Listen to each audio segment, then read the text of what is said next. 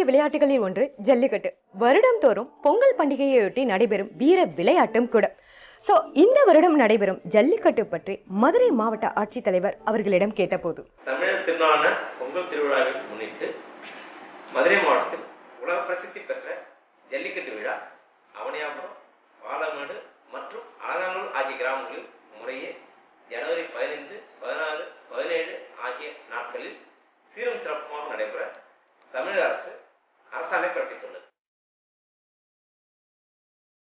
அது மட்டும் இல்லைங்க, இந்த விழா சிறப்பா நடைபெற மதுரை மாவட்ட நிர்வாகம் சார்பாகவும் அனைத்து ஏற்பாடுகளும் செய்யப்பட்டு இருக்கு.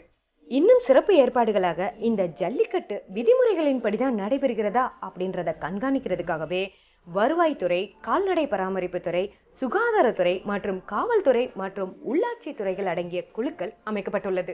இன்னும் சிறப்பாக போட்டிகளில் பங்கு பெறும் காளைகளை பரிசோதிப்பதற்காக 10 தலைமை மருத்துவர்கள் கொண்ட குழுவும், 2 ஆம்புலன்ஸும், 2 நடமாடும் மருத்துவ குழுவும் தயார் நிலையில் ஏற்பாடு செய்யப்பட்டுள்ளது.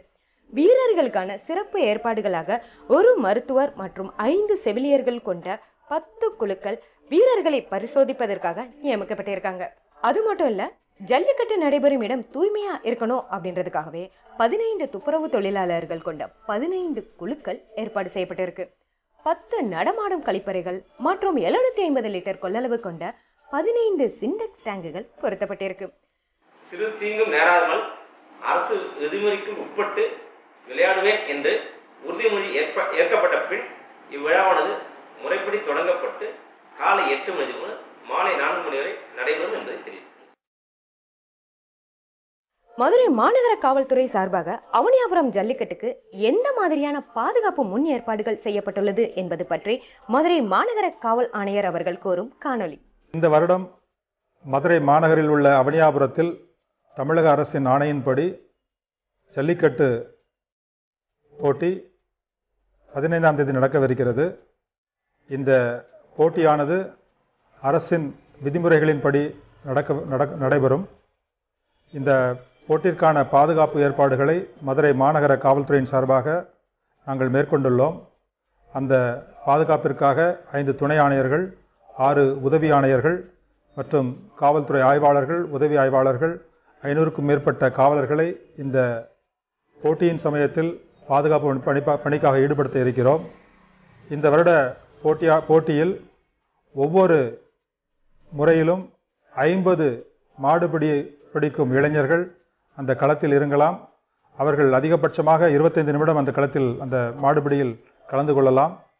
இதில் சிறந்த முறையில் மாடுபிடிக்கும் வீரர்கள் தொடர்ச்சியாக அந்த போட்டியில் கலந்து கொள்ளலாம். ஜல்லிக்கட்டு விளையாட்டை காண வரும் பொதுமக்கள் மற்றும் மாட்டுப்பிடி வீரர்கள் மற்றும் இந்த மாட்டை கொண்டு வரும் ஓனர்கள் அவர்கள் அனைவரும் காவல்துறையினருக்கு தங்களுடைய சிறந்த ஒத்துழைப்பை கொடுக்க வேண்டும்.